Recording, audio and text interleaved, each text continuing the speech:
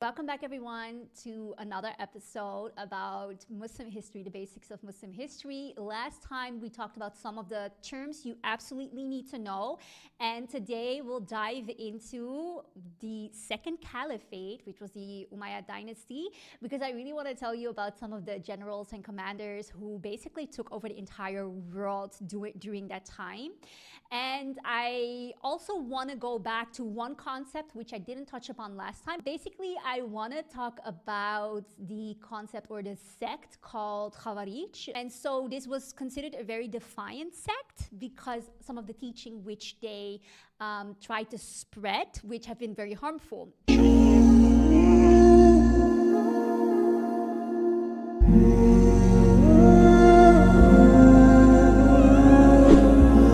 You might know the term because it's used a lot on the internet to kind of like, implicate each other, like you're Khawarij, someone else Khawarij. And I think it's a really important concept, and I'm going to tell you why I find this very important, because last time I explained what I think the reason is that the caliphate ended, and also, the Muslim Golden Age also cannot thrive, obviously, if we don't have a unified ummah. And I said that I believe it is because we're not unified. It's because we're becoming more focused on ethnicity and passport, and we are even very hostile sometimes among ourselves. And some ways of being hostile are very much accepted. Like, for example, it's very much accepted to speak negatively about GCC countries. And I think it's mainly because they're very wealthy and there's a lot of propaganda against them because they're also very powerful. And so the West has a lot of incentive to speak very badly about them. Colonizers typically don't like it when Muslims from around the world go to Mecca, for example, because they feel like it really empowers them to adopt the mindset of this region. Like, this is literally studied. This is literally something many colonizers have, talked about, reported on. It's in the history books. They didn't like it when Muslims who were being oppressed would go to Mecca because they would come back with a purified Islam. And that's, I believe, until this day, one of the reasons why there's a lot of propaganda from the West against, in my opinion, this region of the world, like the Arab world, the GCC, specifically KSA. And I just wanted to therefore also talk about a very important concept in Islam, which a lot of people like to deny, by the way, and that's that you actually are expected in Islam to obey your authority, to obey your rulers, even in the case when they are exploiting you, even when they're stealing from you, even when they're not good rulers, you are expected in Islam to follow your rulers. And I see that a lot of Muslims, they will say, oh no, that's a Wahhabi mindset, or like something like that, but it's actually in the Quran, There's literally, in the Quran, there's a verse, I'm gonna pull it up right now, that says that you have to actually obey the authority in your society. Surah An-Nisa, verse 59, it says, O believers, obey Allah and obey the messenger and those in authority among you. So this is something that's mentioned in the Quran, but in the hadiths, it's actually more specified what this means, like what it means if a ruler might be unjust, what it means if a ruler maybe even takes money from the people and it shouldn't, what it means when a ruler make the wrong choices. In Islam, it's definitely encouraged to maintain social cohesion and not step out of this Muslim ummah and, maintain the unity amongst us. I mean, I'm obviously a big supporter of this because I don't want Muslims to fight with each other. I don't want Muslims to hurt each other or speak negatively about each other. Like, my entire brand is about speaking positively about Muslims. Like, I literally am all about Muslim glory. But then there's this Khawarij sect also in Islam that's talked about by our Prophet, peace be upon him, himself. And there he actually mentioned something that's going on right now a lot, which is that there's people who speak very negatively about their rulers, who rebel against the Muslim rulers, against authority, and they are not trying to maintain the unity of the people in the Ummah, they're also not obeying the people in authority in the Ummah. And that is very harmful. Like if you know anything, for example, about the political science as described by Ibn Khaldun, who's like the most famous father of political science, he has said that, you know, one of the first signs of a destruction of a society is that the people start, you know, rebelling against their leader, but also speaking negatively about them, like just not having respect in general. And I told you last time that I believe that after the caliphate ended, we Muslims have been more vulnerable than ever. If you look at the impact of, for example, 9/11, millions of people have died, mainly Muslims. I think it's 4.5 million according to Brown University. We really do benefit from being united and even having an authority that we can turn to who can guide us all into, you know, strategic ways of dealing with the people who attack our countries. Okay, anyway, so I wanted to tell you a little bit more about the Khawarij. And yeah, I think this is really important because if you look at the hadiths, it's widely described what it means. They believe that committing a sin, a major sin, constitutes disbelief. They believe that failing to do something obligatory constitutes disbelief.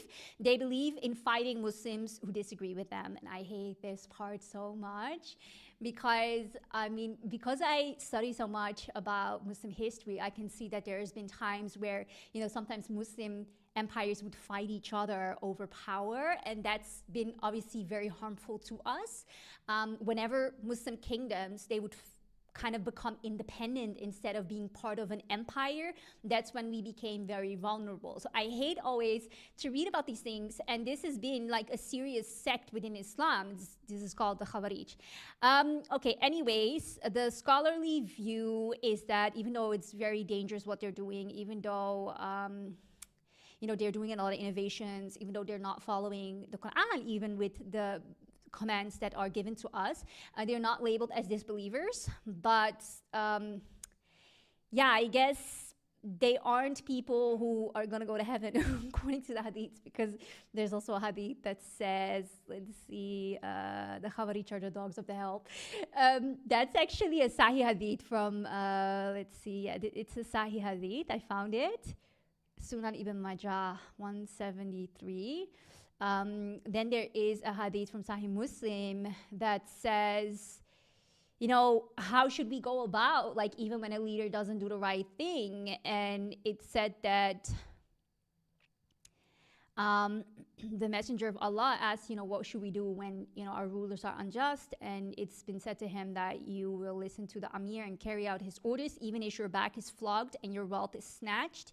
You should listen and obey. And like, it goes along with everything we know nowadays about political science, you know, but we don't even need that science. If Allah tells us not to do something, we shouldn't do it. So yeah, I did want to mention this, by the way, because I think it's a painful movement, and I think it's something that we Muslims kind of disregard nowadays. I see a lot of people who try to pretend like this movement, this sect, is some type of concept which was made up by, I see a lot of people say KSA or Wahhabis, but it's actually not. It's just part of our religion. Okay, anyways, so this was supposed to be a part of my previous lecture about, what was it again, the basics of Muslim history. But I wanted to really tell you guys about the Umayyad dynasty, because it's such an impressive dynasty, you guys. And I mean, that's why I wanted to make sure that you have all the information necessary before we get into these different dynasties and all of these rulers and all of these commanders who are doing amazing things. Okay, so we're gonna go to the Umayyad dynasty, because I think this is one of the most impressive things. So the Umayyad dynasty, I told you guys last time, is a bit different in my perspective from the Abbasid dynasty. Abbasid dynasty is kind of known for bringing forth the Islamic Golden Age, and the Umayyad is known for a lot of conquests. So they kind of made sure that pretty much the whole world as we knew it at that time was Muslim, you know, all the way from China, inside China, until, you know, what we now know as, you know, the Spain and, yeah, so that area of Al-Andalus. So that's pretty big, okay? Okay, so what we're gonna do is we're gonna go to one of the first people that I want to tell you about.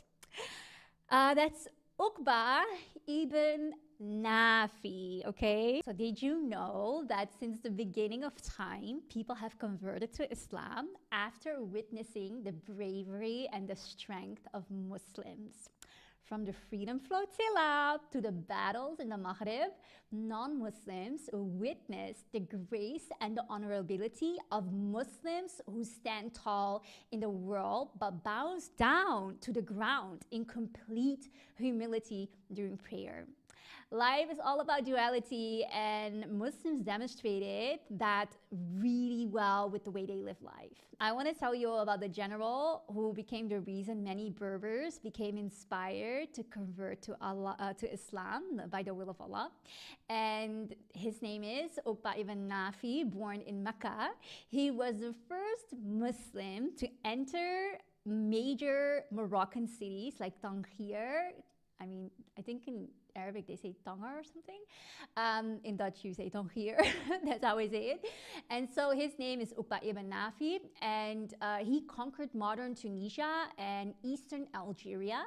And his greatest achievement there was founding the city of Kharouan, which was where Fatima al-Fihriya eventually founded the university, which is known as the first university in the world. But it's actually not the first university. I told you guys last time that it was actually Eseduna. And but this place became the capital, military base, and the religious center for the entire Maghreb. And Uqba led this famous final expedition that drove the Muslim armies all the way to the Atlantic Ocean, covering the modern-day Morocco as well. And he was the reason that Tariq ibn Ziyad could continue the conquest all the way up to southern Europe. And a famous quote of Ibn Nafi, which I think is really inspiring, is that he liberated most of the Maghreb, right? And when he reached the Atlantic, he said this. He said, "Oh Lord, were it not for this sea, I would have continued throughout the country fighting in your cause." He said, "Oh God, bear witness that I have made every effort. Were it not for this sea, I would have continued throughout the country fighting those who disbelieved in God until nobody would be worshipped besides you." Then he paused for a second. And he said, "Raise your hands." And so they did. And he said, and then he said, "Oh God, I did not come out of arrogance or malice. You know that we are only seeking the cause that your servant Dhul-Qarnayn sought, which is that you will be worshipped and that nothing be associated with you. Oh God, we are stubborn against the religion of disbelief and defending the religion of Islam. So be with us and not against us, O possessor of majesty and honor." And I love that, because basically he was saying, if he had to go through the sea to defend Islam, he would have done it for the sake of Allah. And I don't know, it was just one of those very inspiring moments when I read about this. And also the fact that, because of him, with the will of Allah, he was able to conquer all that space in North Africa. But that's why also Tariq ibn Ziyad was able to go to Europe and then conquer the south of Europe, obviously. Okay, so that was the first person from the Umayyad dynasty that I wanted to tell you about. But then I want to tell you about someone else, and that is Qutayba ibn Muslim al-Bahili. Okay, and basically, Ibn Nafi and al-Bahili, or I should say Qutayba because it's more easy. They were two freedom fighters who spread Islam from all the way, from the Atlantic Ocean and eventually Spain to China. And that's why it's really necessary that I think everybody should know their names, right? Okay, so I'm going to tell you about Qutayba because this is a good person to know about as well. I don't think we talk about him enough. But Yeah, so did you know that it was proven that Islam was the dominant force across Africa, Europe, and Asia for centuries? Like, I think a lot of people don't know this. And this was caused by these generals during the Umayyad dynasty. And so while Ibn Nafi was conquering north of Africa, we have Qutayba to thank for that also Asia was being overpowered by Muslims as well. And this isn't just a claim of military power. I mean, for nearly 1,000 years, there was this huge, vast, unified cultural and economic world known as Dar al-Islam, the House of Islam, that stretched, all the way over the old world. Like, it was a civilization of superpowers, and it went all the way from the Atlantic shores, Spain, to Southeast Asia. It controlled the wealth of the Silk Road and the Indian Ocean, while Europe was literally going through the Dark Ages. And so this was the forefront of human progress in science, medicine, and philosophy, because as you know, after the Umayyad dynasty, the Abbasid dynasty emerged, and that's when all these intellectuals came together in all these intellectual centers all over the Muslim world to combine their knowledge, to evolve from there, and to make sure that we are where we are today. And so the man who helped create this boundary in Asia all the way to China, who pushed the frontier further than almost anyone, that was Qutayba. And I don't think a lot of people talk about him because he pushed the House of Islam to the city of Kashgar, which is today Xinjiang region of China. So this is a really interesting thing because at that time, during this period, you had Qutayba, who was pushing the House of Islam all the way to this city, this region in China. And then you had Tariq ibn Ziyad, who was pushing it further into Europe, okay? And that's just great. I mean, that's great. This is a great thing to know about, but you need to know the details to be able to talk about it. And that's what I'm trying to do in these 2 episodes. Okay, so Qutayba, he conquered these very important cities like Bukhara, where, for example, Ibn Sina was born, Samarkand, where where Al-Kharismi was born, also Al-Biruni, and Fergana Valley, where, for example, Babur, the founder of the Mughal Empire, is from. We're going to talk about him a little bit later. And this entire region was called Transoxiana,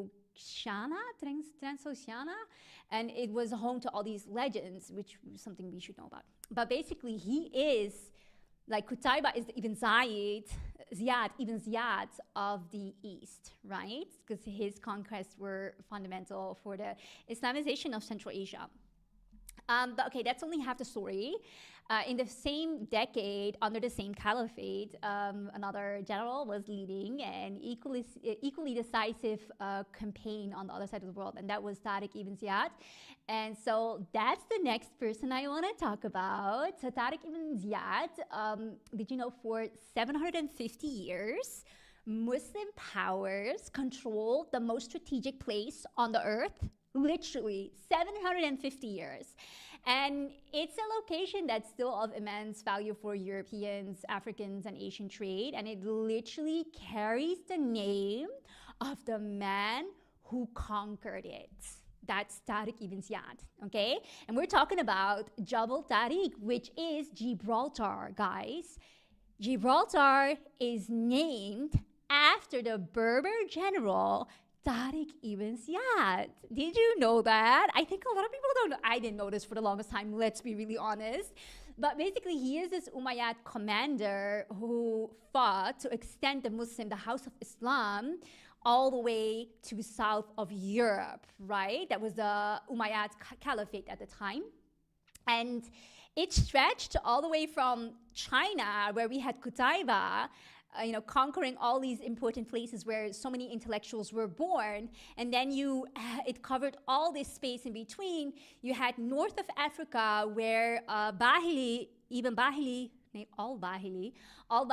conquered the north of Africa. And then you had Tariq ibn Ziyad, who then conquered south of Europe, mashallah.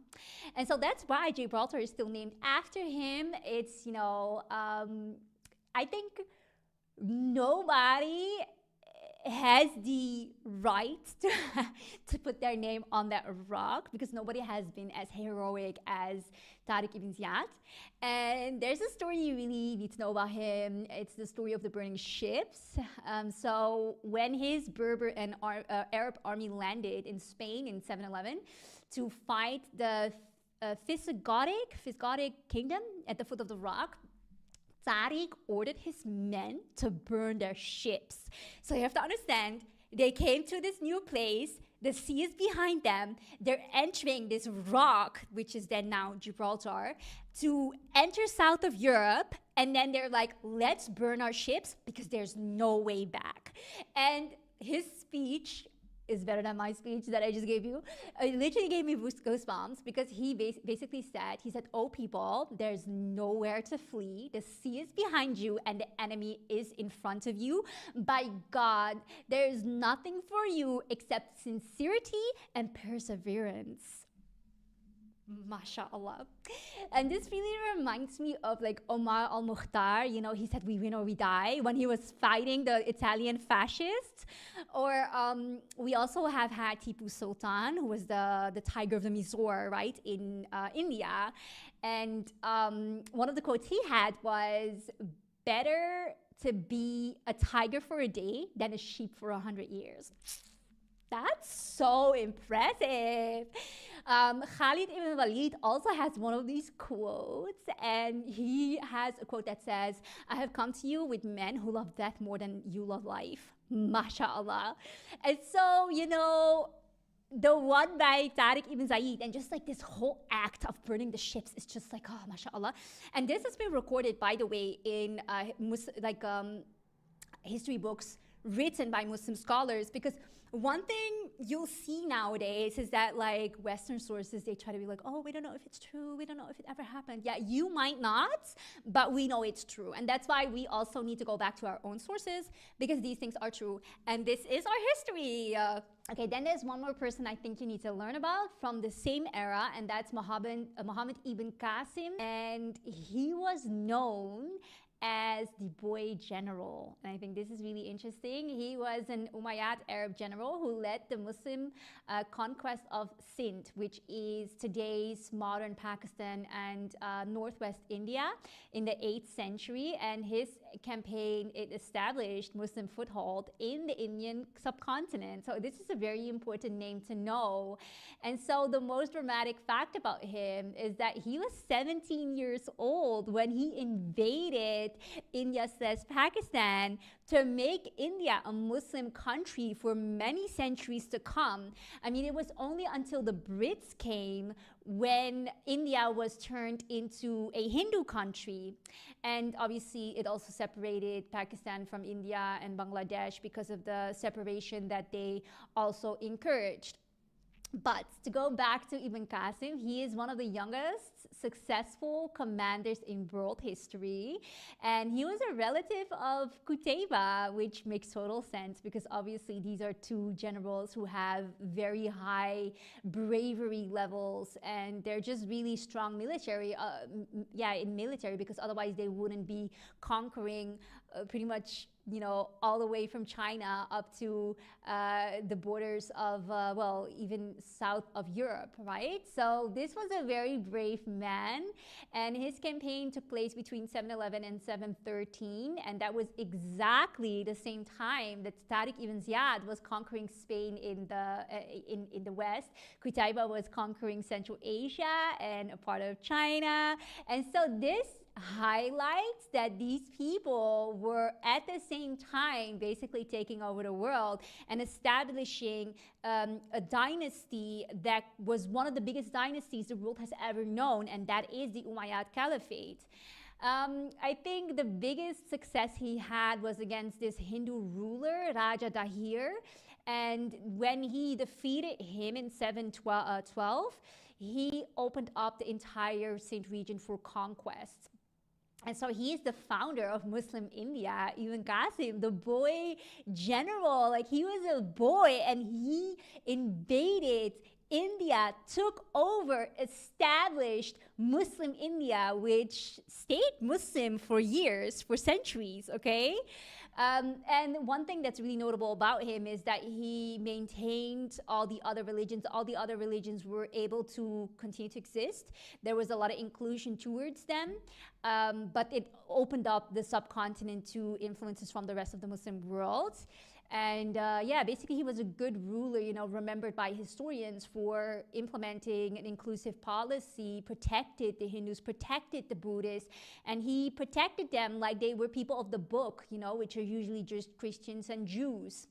And yeah, he maintained the religious let's say independence of the people, and he was therefore a very good ruler. Unfortunately, his downfall was very tragic because he was a very successful Umayyad figure, but when there was a new caliph, they felt threatened by Ibn Qasim because he was such a young, courageous and brave person. And they actually recalled him from Sindh, and in 715 they imprisoned him, and he actually died at a very young age, around his 20s. But he does continue to live as, you know, a person who has changed a lot for the Muslim world. So that is one of the final people I wanted to tell you about from the Umayyad dynasty. But there is one person I just want to talk about a little bit more, because once the Abbasid dynasty started, there was one Umayyad prince who managed to escape the murders of pretty much the entire Umayyad clan by the Abbasids and continue his reign in south of Europe.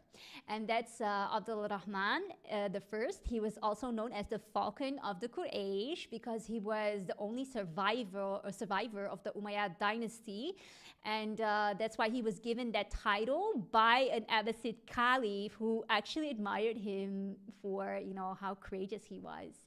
And so he was a prince of the Umayyad dynasty, but when his family was murdered, he actually managed to escape, even though everybody else almost was murdered. And so he escaped. I think he took his little brother with him by foot. They escaped, but they were captured again, but then he escaped again. And then he had a 5-year trip, you know, going through all these different lands while there was a bounty placed on his head, and he got through Palestine, Egypt, North Africa. You know, there were still some tribal loyalties, so there were still tribes that felt loyal to the Umayyad dynasty.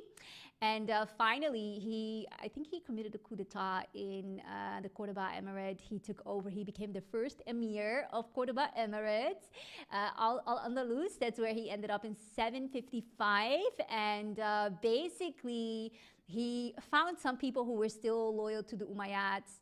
He defeated the existing governor who was ruling in Qutayba. He became the first emir of Qutayba. And so this created an independent Umayyad emirate of Qutayba while the Abbasid dynasty was already in full operation. You know, this was a different caliphate which was already accepted by most of the Muslim world, I assume. Like, this was not nothing. You know, we know the Abbasid Caliphate of Baghdad was an accepted caliphate. One thing he did, though, is he proclaimed that he wasn't caliph himself. I'm not sure how accepted that narrative was, but he actually called his nation a caliphate itself, right? So he there was a caliph in Baghdad, al-Mansur, and yeah, he heard of him, you know, that he built an empire, this Umayyad prince, and he called him the Falcon of the Quraysh, the man who flew across deserts, flew across deserts, I guess it's flew, and seized alone to seize power far away from his homeland. That's a quote by the caliph at that time from the Abbasid dynasty. And, you know, it was a profound story. I mean, al-Rahman, he didn't just flee, he didn't just establish a new emirate to find safety. He also established, you know, cultural heritage that we still have today. For example, he built the great mosque of Cordoba, and that was actually a rival to the great mosque of Damascus. You know, he was trying to be, I guess, better than what he had before. You know, there were great mosques in Damascus, there were great mosques in Baghdad, but he wanted to establish a new type of legacy. And you know, it's a very unique building with beautiful arches, and it's something that I think right now we can still say it's a beautiful remnant of what he established at that time. As far as I know, he had a love interest who was a Berber, and he was also on his mom's side. He came from a lineage of Berber tribes, and he was a penniless fugitive, you know, but when he had that Berber kinship, that was something that meant a lot in that area, you know, and so other Berbers, they definitely provided him with loyalty and arms, and made sure that he was able to launch his coup. And yeah, that makes him very interesting, I think. But that doesn't mean he stayed safe, you know, from the Abbasid dynasty. They did try to overthrow him, but they didn't manage to do that. He did manage to defeat everyone else and stay in power, and, you know, made sure that the Abbasids never tried to conquer Al-Andalus again, because he was very aggressive when they did try. And so that is the end of, you know, the Umayyad fighters I wanted to tell you about, fighters, generals. And that's also where I want to end it today, because I just want to make sure I stay in this one period of time so that we can group together generals and important people only that existed or had a link to the Umayyad dynasty. And I think it would be really good to kind of talk about different people in different time zones, different dynasties, so that you can memorize them as well as being part of this dynasty or caliphate. So that was it for today. Thank you so much for watching. I hope to see you again next week, inshallah.